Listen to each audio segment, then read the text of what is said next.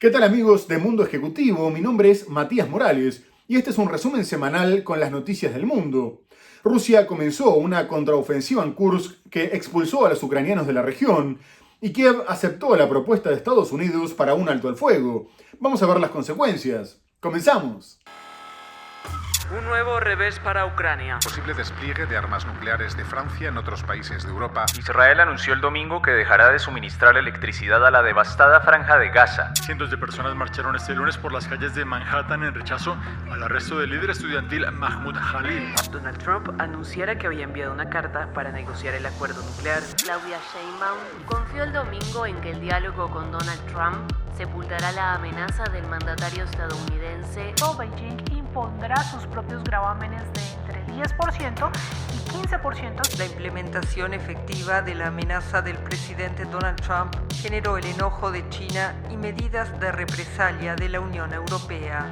Aquí hay una de las mayores concentraciones de narcocultivos en Colombia y es uno de los principales bastiones del Estado Mayor Central. El gobierno nacional va a convocar una consulta popular. Y vamos a comenzar el programa hablando de la guerra en Ucrania.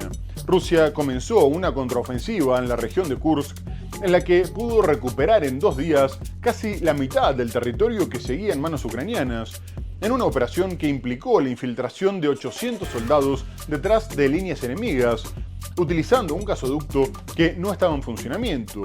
Los efectivos salieron cerca de la ciudad de Sucha, la más importante de las ocupadas por Ucrania, mientras que las tropas que esperaban en la zona comenzaron a avanzar rápidamente para que sus compañeros no se quedaran aislados. Cuando los ucranianos vieron que los estaban atacando desde puntos que tenían bajo control, entraron en pánico, huyendo sin esperar órdenes, y los que estaban cerca de la frontera cruzaron a Ucrania.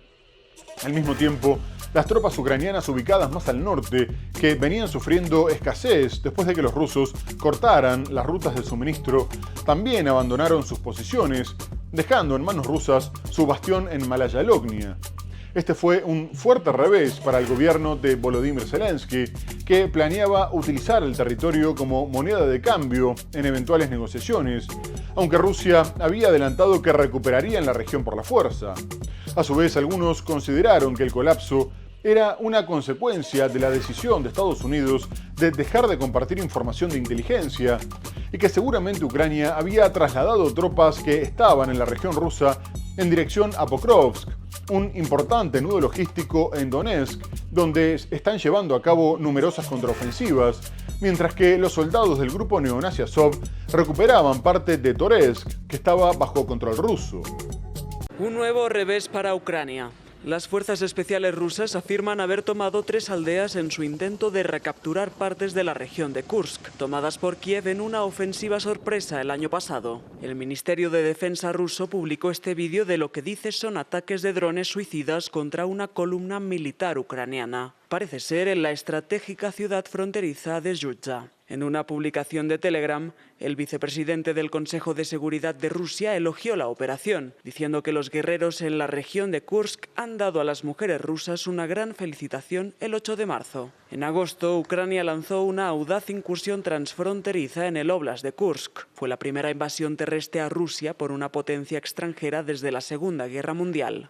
Pero el pulso continúa. Ucrania publicó este vídeo que muestra a las fuerzas luchando contra un ataque ruso. Su ejército dice que ha repelido 44 ataques rusos en la región de Kursk durante el último día. Kiev esperaba que las ganancias de agosto pasado se utilizaran como moneda de cambio en futuras conversaciones de paz, pero los avances rusos están debilitando su posición en un momento crucial de la guerra. El Instituto para el Estudio de la Guerra dice que es notable la correlación temporal entre la suspensión del intercambio de inteligencia de Estados Unidos con Ucrania y el comienzo del colapso por parte de Rusia del saliente ucraniano de Kursk. Así continúa el informe. Dice además que las fuerzas ucranianas avanzaron cerca de Toretsk y Pokrovsk y las fuerzas rusas avanzaron recientemente en las provincias de Sumy y Kursk y cerca de Siversk, Toretsk, Kurayove y Robotine. Además dice que no está claro que exista un vínculo directo entre la suspensión del intercambio de inteligencia de Estados Unidos y el inicio del colapso del saliente ucraniano en la región de Kursk, aunque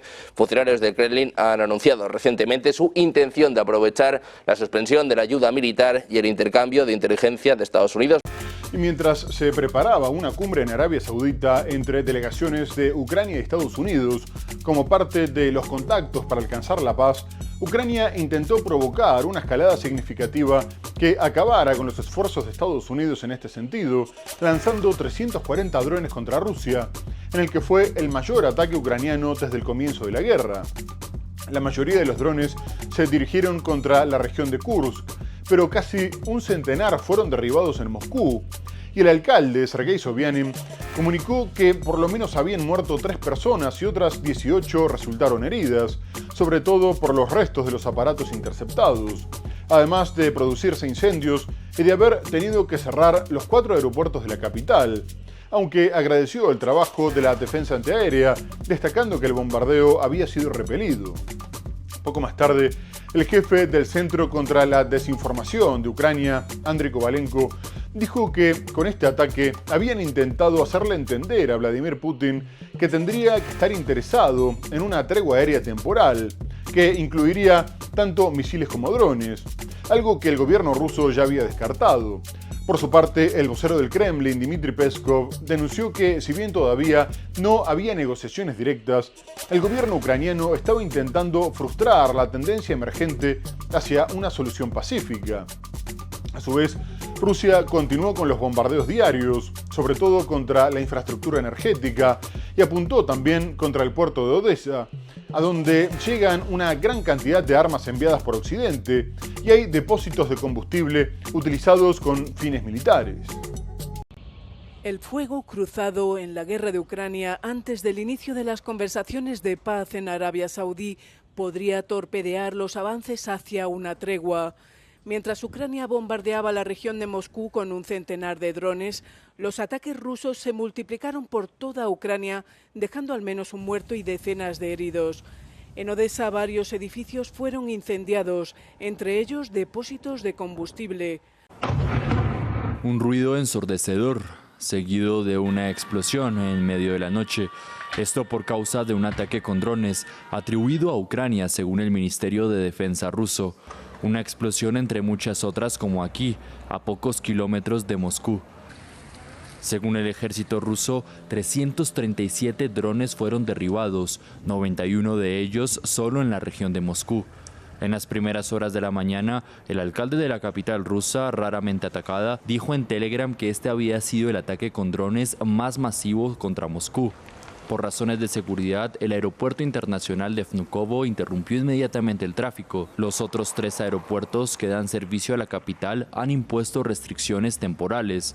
Por su parte, Ucrania declaró que tal ataque debería incitar a Vladimir Putin a aceptar una tregua aérea. Sin embargo, desde el Kremlin advierten que la paz no está cerca. Se ha llevado a cabo el mayor ataque con drones de la historia contra Moscú y su región. La incursión, que duró toda la noche y toda la mañana, incluyendo ataques en el aeródromo de Yagilevo y más allá, es una señal más para Putin de que la tregua aérea es algo que debería interesarle. No solo en las refinerías, sino que los drones pueden volar regularmente alrededor de Moscú. Por otra parte, el presidente francés Emmanuel Macron continúa con su retórica nuclear, poniendo a disposición sus 290 cabezas nucleares para proteger a Europa, después de que Estados Unidos diera pasos para retirar el paraguas de protección sobre el continente. El mandatario galo advirtió que utilizaría las mismas amenazas que Rusia, aunque aclaró que estas armas estarían siempre bajo el control de Francia y que no las vendería ni las cedería. Por su parte, el ministro de Exteriores ruso, Sergei Lavrov, confirmó que efectivamente lo consideraban como una amenaza, lo que iba en detrimento de la seguridad de Francia, ya que podrían acabar con París en 200 segundos. Además, reiteró el rechazo al despliegue en Ucrania de tropas europeas, advirtiendo que sería considerado como una participación oficial de la OTAN en el conflicto, independientemente de las banderas que utilizaran. Y en este contexto, Macron se reunió en el Foro de París sobre Defensa y Estrategia con 31 jefes del Estado Mayor de países de la Unión Europea y la OTAN, con el objetivo de enfrentar juntos la supuesta amenaza rusa y crear un ejército que asegure la paz en Ucrania, para lo cual ya habría 20 países dispuestos a participar, al tiempo que coincidieron en que la exigencia rusa sobre la desmilitarización de Ucrania era completamente inaceptable. De cualquier forma, los expertos aseguran que Europa podría aportar unos 40.000 soldados, lejos de los 200.000 que requiere Volodymyr Zelensky. Y el tono belicista de Macron, que dijo que tenían que prepararse porque Rusia no se iba a frenar en Ucrania, hizo que Vladimir Putin le respondiera que algunos querían volver a los tiempos de Napoleón, olvidando cómo habían acabado. Más que un paraguas, las armas atómicas funcionan como un surtidor. Está cerrado y la posibilidad de abrirlo, de lanzarlas, es lo que en teoría protege al que las tiene. Pero el posible despliegue de armas nucleares de Francia en otros países de Europa abre incógnitas y desafíos. Macron establece un límite. El mando sería siempre francés. No se plantea vender ni ceder esas armas a otros estados para no violar el Tratado de No Proliferación Nuclear. Francia cuenta con 290 cabezas nucleares. Las cargan sus submarinos o el cazabombardero Rafale. Pueden causar importantes daños, pero Rusia dispone de 4.380 cabezas nucleares para responder. Rusia dice sentirse amenazada por el posible despliegue francés. El Kremlin divulga que en caso de ataque podría atomizar París en 200 segundos. El futuro canciller alemán, Merz, quiere hablar con Francia y el Reino Unido para que Berlín quede bajo protección atómica europea. Pero en el caso británico, la tecnología nuclear y la última palabra son estadounidenses. Lo mismo sucede con el centenar de armas atómicas que Estados Unidos tiene desplegadas en la propia Alemania, Bélgica, Países Bajos, Italia y Turquía. Si Europa quiere su propio arsenal nuclear, eso le costaría una década y no menos de 100.000 millones de euros. Es el precio de unas armas que prometen la defensa por medio de la amenaza definitiva, la destrucción mutua asegurada. Europa mantiene profundas diferencias con respecto a la militarización del continente, al despliegue de tropas en Ucrania y a la creación de un ejército común, lo que quedó en evidencia en la cumbre especial que organizó en Bruselas para responder a la pausa de Estados Unidos en la ayuda militar y de inteligencia a Ucrania.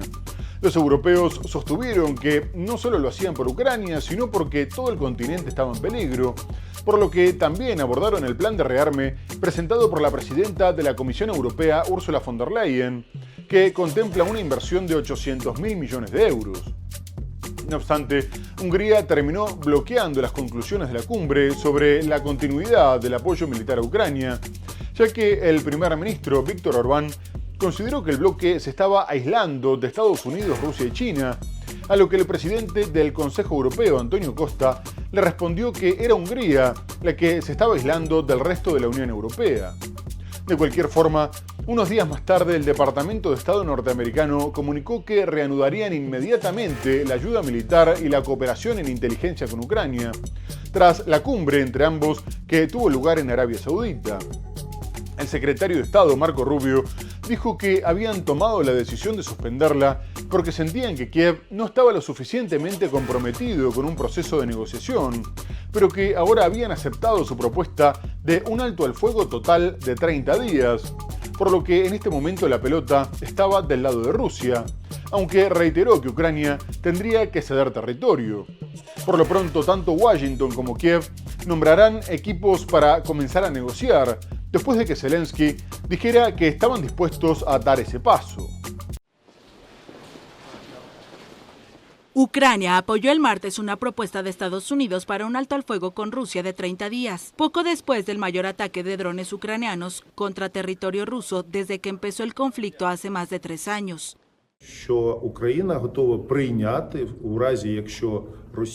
Ucrania está dispuesta a aceptar hacer un alto el fuego de 30 días como primer paso para empezar a prepararse realmente, a preparar un documento más importante, a preparar negociaciones sobre todos los detalles que deben acordarse para que Ucrania ponga fin a esta guerra en una paz justa, para que Ucrania reciba garantías de seguridad.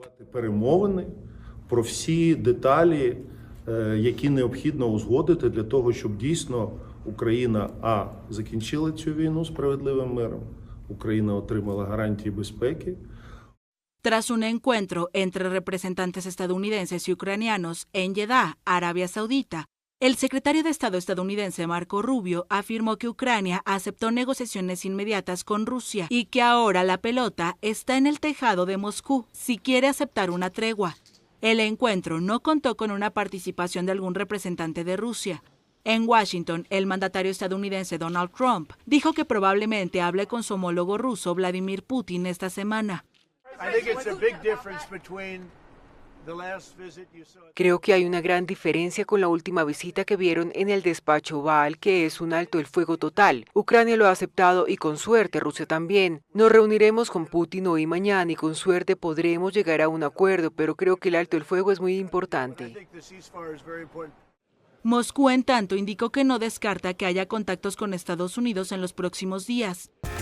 Por otra parte, el magnate Elon Musk, que no solo se encarga de liderar los recortes de la administración de Donald Trump, sino que parece tener una gran influencia en el resto de los temas, volvió a generar polémica al advertir que su sistema de satélites Starlink, que brinda internet en zonas donde no hay señal, era la columna vertebral del ejército ucraniano y que si lo desconectara toda la línea del frente colapsaría, agregando que lo enfermaba a tanta matanza para que Ucrania terminara perdiendo inevitablemente. Esta declaración fue interpretada por Polonia como una amenaza, por lo que el ministro de Exteriores, Radoslav Sikorski, le respondió que su gobierno financiaba el servicio para Ucrania y que, dejando de lado la ética de amenazar a la víctima de una agresión, si SpaceX demostraba ser poco fiable, se verían obligados a buscar otros proveedores. Poco más tarde, Musk le recomendó que se calmara porque Polonia pagaba una pequeña fracción del servicio y no existía un sustituto para Starlink. Al intercambio se sumó el secretario de Estado norteamericano, Marco Rubio, diciendo que su homólogo se estaba inventando cosas porque nadie estaba amenazando con dejar a Ucrania sin el servicio, agregando que si no fuera por Starlink, ahora los rusos estarían en la frontera con Polonia. Y quien intentó cerrar la discusión fue el propio primer ministro polaco, Donald Tusk, declarando que el liderazgo implicaba respeto por los aliados, incluso los más pequeños y débiles, y nunca arrogancia. Posteriormente, Musk aclaró que nunca pagaría Starlink ni lo usaría como moneda de cambio, pero este hecho confirmó la tensión entre Estados Unidos y los aliados de Ucrania. Una nueva confrontación relacionada con la guerra en Ucrania. Luego de que Donald Trump decidiera suspender el intercambio de datos de inteligencia con Ucrania, el magnate Elon Musk, dueño de SpaceX, que proporciona el servicio de internet satelital Starlink, se pronunció en la red social X. Mi sistema Starlink es la columna vertebral del ejército ucraniano. Toda su línea de frente colapsaría si lo apagara. Lo que me enferma son los años de matanza en un punto muerto que Ucrania perderá inevitablemente. El mensaje suscitó la intervención del ministro de Exteriores de Polonia. Los Starlink para Ucrania son financiados por el Ministerio de Digitalización de Polonia por un costo de unos $50 millones al año, dejando de lado la ética de amenazar a la víctima de una agresión. Si SpaceX demuestra ser un proveedor poco confiable, nos veremos obligados a buscar otros proveedores. Musk cargó velozmente contra el ministro polaco. Silencio, hombrecito. Pagas una pequeña fracción del costo y no hay sustituto para Starlink. Posteriormente, el secretario de Estado de Estados Unidos, Marco Rubio, respondió. Simplemente inventando cosas. Nadie ha amenazado con cortar el acceso de Ucrania a Starlink. Y les agradezco porque sin Starlink, Ucrania habría perdido esta guerra hace mucho y los rusos estarían en la frontera con Polonia en este momento. La escalada de tensión hizo que Musk volviera a pronunciarse reafirmando lo dicho por Rubio y para completar el episodio, el primer ministro polaco Donald Tusk envió un mensaje este lunes pidiendo contención. El verdadero liderazgo implica respeto por los socios y aliados, incluso por los más pequeños y débiles. Nunca arrogancia, queridos amigos. Piensen en esto. Expertos han indicado que los terminales de Internet de Starlink han sido determinantes para las operaciones del ejército ucraniano. Es clave, por ejemplo, para operar la flota de drones de ataque de Kiev. Y ahora vamos a dejar de lado la guerra en Ucrania para hablar del conflicto en Medio Oriente. Después de haber bloqueado la entrada de toda la ayuda humanitaria a la Franja de Gaza, Israel comunicó que haría lo mismo con la electricidad, de la que dependen las plantas salinizadoras, por lo que estaría dejando a la población del enclave sin agua potable, agravando drásticamente la crisis humanitaria. Israel afirma que su objetivo es presionar a Hamás para que libere a los rehenes mientras se ponen en marcha las negociaciones de cara a la segunda etapa del alto el fuego, que tendría que incluir la liberación de todos los cautivos a cambio de la retirada completa de las tropas israelíes. El gobierno de Benjamin Netanyahu aceptó enviar una delegación a Qatar, pero aclaró que no se había comprometido a retirarse de Gaza, mientras que el ministro de Finanzas, Bezalel Smotrich, aseguró que el plan de Donald Trump para expulsar a los palestinos estaba tomando forma y que restaba identificar a los países de acogida. A su vez, Hamás denunció que Israel volvió a violar la tregua al realizar un ataque aéreo al norte de la franja, dejando otros 2 muertos, que elevan la cifra total a 116 desde el comienzo del alto el fuego. Israel denunció que un grupo de terroristas estaba intentando esconder un explosivo cerca de sus tropas. Asimismo, varios grupos internacionales y locales aumentaron la presión sobre el gobierno israelí, denunciando que el bloqueo de la ayuda a la población es un crimen de guerra, y miles de personas también se concentran periódicamente para exigirle que respete el acuerdo que garantice la liberación de los rehenes. Por su parte, Hamás también condenó la amenaza de muerte de Donald Trump al pueblo palestino si no los liberaba. Israel anunció el domingo que dejará de suministrar electricidad a la devastada franja de Gaza antes de las nuevas negociaciones indirectas con Hamás, previstas para fijar las modalidades que deberán prorrogar la tregua en el territorio palestino. Acabo de firmar la orden para detener inmediatamente el suministro de electricidad a la franja de Gaza. Utilizaremos todas las herramientas a nuestra disposición para traer de vuelta a los rehenes y asegurarnos de que Hamás ya no esté en Gaza al día siguiente.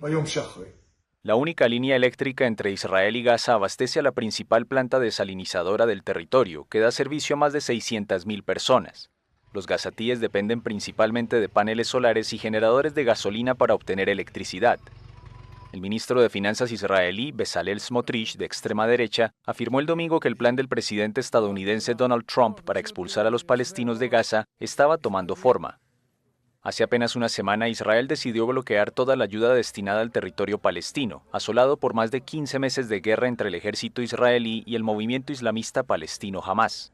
El ejército israelí anunció el domingo un ataque contra combatientes que estaban enterrando un artefacto explosivo en el norte de la franja de Gaza. La campaña de represalias de Israel ha dejado hasta ahora casi 48.500 muertos en Gaza, la mayoría civiles según el Ministerio de Salud del territorio palestino. Israel, por su parte, anunció que enviaría una delegación a la capital catarí el lunes, por invitación de los mediadores respaldados por Estados Unidos y para hacer avanzar las negociaciones. El enviado especial de Estados Unidos para los rehenes retenidos en Gaza, Adam Beller, afirmó que en las próximas semanas habrá un acuerdo para liberarlos. Hamás confirmó poco después que las negociaciones con Israel se habían reanudado en Doha, pero las posiciones todavía estaban muy alejadas, dado que Israel cambió sus condiciones y ahora pretende que la organización islamista le entregue a todos los rehenes antes de que comience la segunda etapa de la tregua, por lo que Hamás quedaría sin ninguna carta para negociar. Además, no solo exige la desintegración de Hamás y la desmilitarización de la franja, sino que tampoco asuma el gobierno la Autoridad Nacional Palestina, rechazando la propuesta de los países árabes. Israel aumentó sus exigencias tras la llegada de Donald Trump y la decidida postura que adoptó en su favor, aunque Estados Unidos reconoció que estaba manteniendo negociaciones directas con Hamás sobre cuestiones que se extienden más allá de la liberación de los rehenes, como la posibilidad de acabar definitivamente con el conflicto y el futuro de Gaza, abandonando su política de no negociar con organizaciones que considera terroristas.